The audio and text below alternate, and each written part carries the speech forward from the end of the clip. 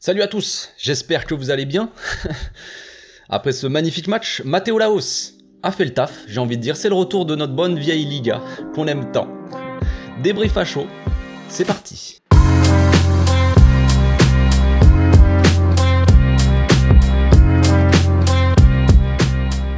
Au passage, n'hésitez pas à vous abonner, liker et commenter. C'est le meilleur moyen de me soutenir et ça fera plaisir à tonton.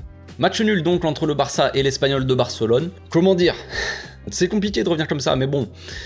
Les gars, est-ce que vraiment on va faire les choquer? Je n'aime pas spécialement de parler d'arbitrage pour pas me cacher derrière, et c'est pas ce que je vais faire là, parce que on va pas se cacher derrière l'arbitrage. On aurait dû tuer le match bien avant. Je veux dire, on avait quand même les occasions, la capacité de le faire.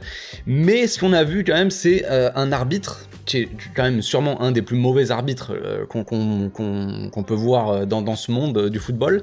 C'est incroyable, franchement c'est incroyable comment un arbitre peut avoir autant d'influence dans le jeu. Il a carrément détruit le match en fait. C'est même pas qu'il a été contre nous en soi, c'est que de toute façon ce gars-là détruit les matchs de football.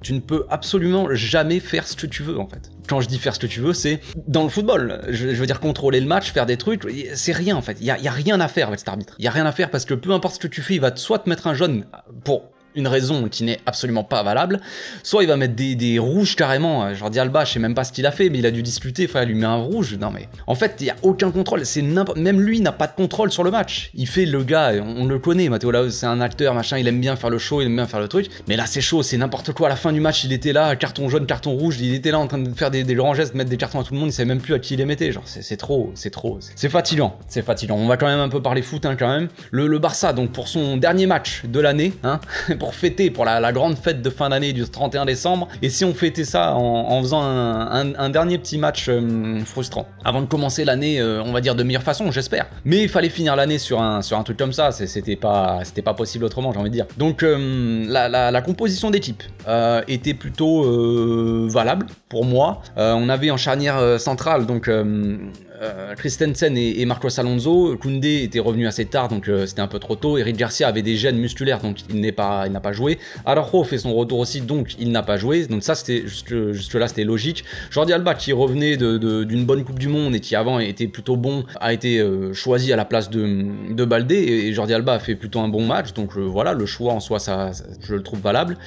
Sergio Roberto, il a fait une bonne première mi-temps, on l'a un peu moins vu en deuxième, j'ai l'impression, mais match, on va dire, correct. On avait un milieu de terrain assez intéressant avec Frenkie, Gavi et Pedri au milieu, donc c'était un milieu assez sympa à avoir joué. Une bonne première mi-temps de Frenkie, mais on va parler de Frenkie après. Et en attaque, on avait une attaque donc Rafinha, Lewandowski qui pouvait jouer finalement, et Ansu Fati. Donc là, c'est un peu complexe. Ansu Fati, on a parlé un peu dans le live d'avant-match, on a dit qu'Ansu Fati, ça serait bien qu'il se libère, c'est sa chance, il a sa chance de se montrer, il faut qu'il essaie de revenir en confiance pour prendre cette place de titulaire, et là, c'est quand même très mal barré, parce que ça a été un des plus mauvais sur le terrain aujourd'hui. Il a tenté quelque chose, mais il s'est fait rentrer dedans, concrètement, donc là, c'est encore une fois, pour moi, c'est la faute de l'arbitre, dans le sens où il n'est pas foutu de faire des bons choix, de dire stop, de se calmer à certains joueurs, pour qu'ils arrêtent un peu de rentrer dans les joueurs, et protéger un peu les joueurs, éviter parce que le Oscar Gil, qui était sur Ansu Fati, l'arrière droit de l'Espagnol, il est rentré dedans toute la première mi-temps. Et le gars ne se prenait absolument aucun jaune, pas de faute, il n'y a rien. Le mec il défonce Ansu Fati, au bout d'un moment Ansu Fati il sort un peu de son match forcément, et il commence à un peu jouer du corps avec l'autre, pour essayer de lui montrer c'est chill bonhomme. Bon, et au final il fait faute, il fait une petite faute, hein. Il lui met la main dans le visage, il lui fait une petite caresse, l'autre il est là, il a se rouler par terre, bon bref. Ansu Fati prend un carton jaune là-dessus.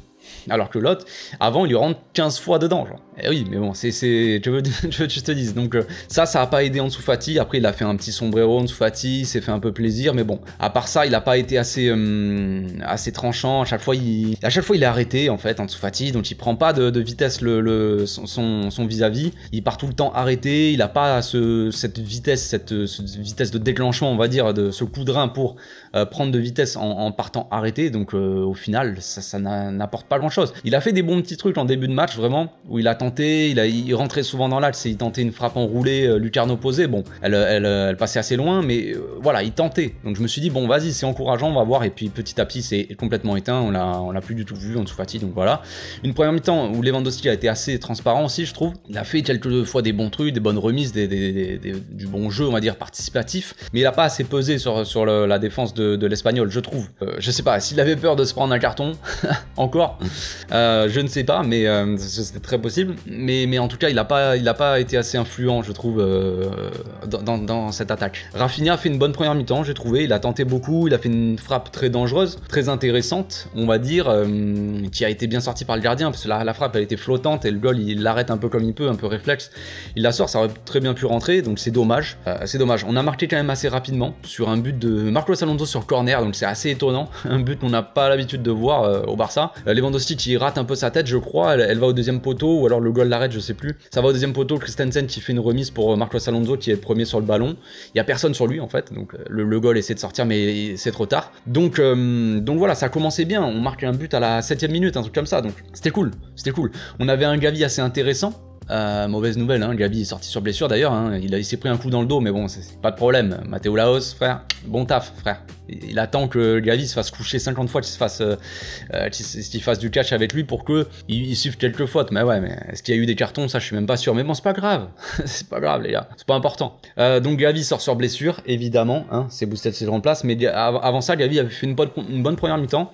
Pas mal de projections, tout ça. Pas mal d'interceptions. Vous le savez, hein, Gavi, il a beaucoup d'activités. Il est assez agressif sur le porteur, des fois un peu trop, je le sais. Mais bon, en tout cas, il a intercepté quelques petits ballons. Surtout une action intéressante à un moment où il intercepte au milieu de terrain, il fait un petit 1-2 avec Lewandowski et il lance Rafinha qui essaie de frapper mais qui est contré au dernier moment par un tacle du défenseur de l'Espagnol. Donc il y avait quelques actions intéressantes à se mettre sous la dent, mais rien de fou.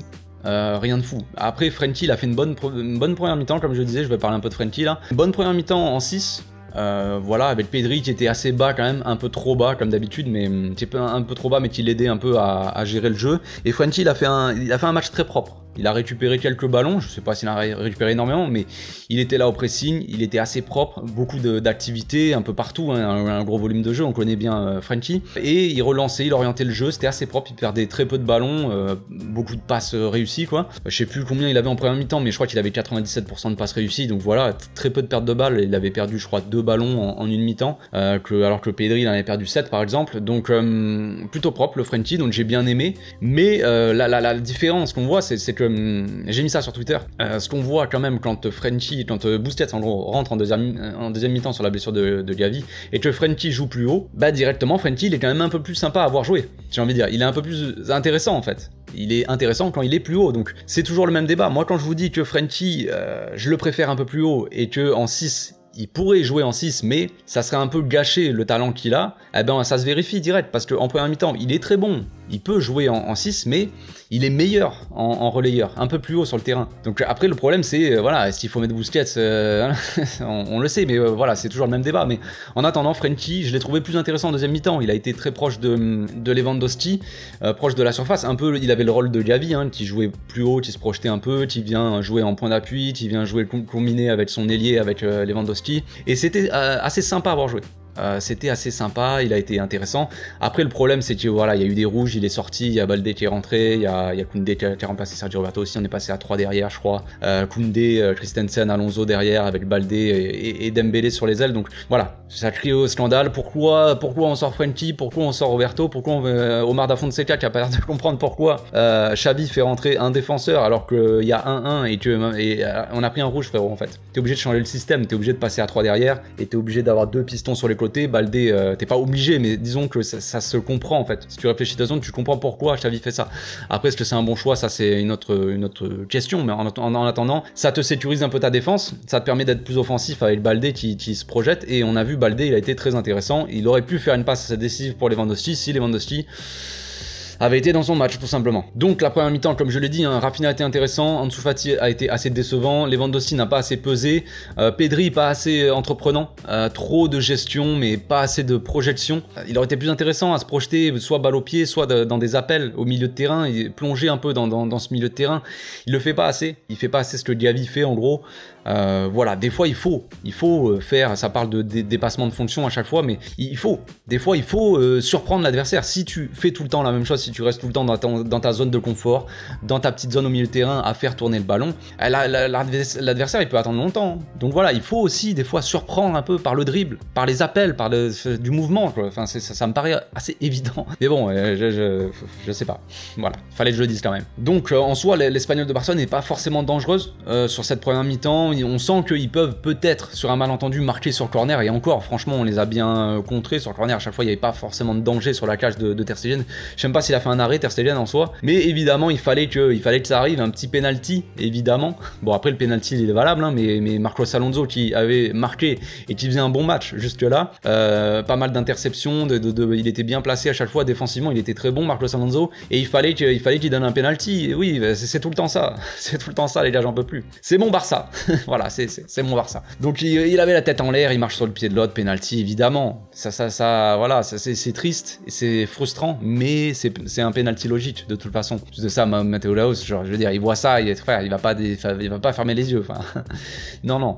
Après il y a pas besoin, il y avait penalty, il a sifflé péno. Ter Stegen a failli l'arrêter, mais on le sait, Ter Stegen il n'arrête quasiment jamais de penalty, donc voilà. Ensuite on s'est mis à accélérer un peu, à essayer de se bouger un petit peu, mais ça allait pas. Balde qui a apporté par sa projection, par sa percussion, et comme je l'ai dit tout à l'heure, qui a fait une passe à Lewandowski qui était quasiment seul, qui tire du gauche, qui tire sur le gardien, qui l'arrête avec ses jambes, la balle elle va en dessous de ses fesses, le gars il s'assoit sur le ballon. Bon, c'est un peu chanceux, et après il y a Christensen aussi qui a fait une tête sur corner, magnifique tête, et que le goal sort aussi. Voilà, c'est la fin de match, elle était très houleuse, c'était n'importe quoi. Le défenseur, le numéro 4 là, qui je sais même pas s'il a pris un jaune, frère, dans le match, alors qu'il il est rentré dans tout le monde. C'est peut-être même lui qui a défoncé Gavi, je sais même plus, mais à force, qui laisse traîner son pied, qui met un petit coup de pied dans la tête de Lewandowski. Il avait pris un rouge de base, mais en fait ça c'est lunaire, les gars, ça c'est lunaire quand même. Mateu Laos, l'arbitre, si jamais il y en a qui le connaissent pas, c'est le joueur, la personne la plus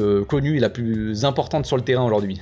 C'est l'arbitre. Le gars il va voir la VAR pour vérifier s'il y a bien rouge, il voit que le gars il met un petit coup de pied dans la tête de Lewandowski, ça se voit très clairement que c'est fait exprès. Il se dit c'est bon les gars, je t'enlève ton rouge en fait, parce que comment c'est possible? Franchement, comment c'est possible ce genre de choses? J'arrive pas à comprendre. Donc la fin de match, c'était un peu n'importe quoi. Après Dembélé, comme j'ai dit, il est rentré, il a pas réussi à faire des différences, il était un peu hésitant, j'ai trouvé un peu, il glissait, il faisait voilà. Ferran Torres qui est rentré aussi en même temps que Dembélé, qui a pas apporté plus que ça, qui à un moment se fait un peu bousculer dans la surface, il se prend un jaune aussi. C'est freestyle les gars, c'est roue libre, on y va, hein. Autant, mais mets un rouge frère. Tu mets un deuxième rouge à Lewandowski parce qu'il était sur le terrain et on n'en parle plus frère. Tu mets un rouge à tout le monde, vas-y, on peut y aller, hein. Vas-y, fais-toi plaisir, c'est la fin d'année, Mathéo, je sais que c'est la fête et t'as envie de faire la fête et tout. Ouvre le champagne direct sur le terrain, frère. Tu distribues des cartons rouges à tout le monde et on n'en parle plus, on rentre chez nous. Enfin bref, on se retrouve demain les amis pour l'analyse à froid. On reviendra sur un peu ce qui s'est passé, je répondrai aussi aux questions que je mettrai là sur Instagram. Donc voilà, je vous souhaite une très bonne soirée et une bonne fin d'année et une bonne nouvelle année si on se voit demain normalement, mais voilà, je vous souhaite une bonne année en avance. Et voilà, d'ici là, portez-vous bien les gars, passez une très bonne soirée. Ciao.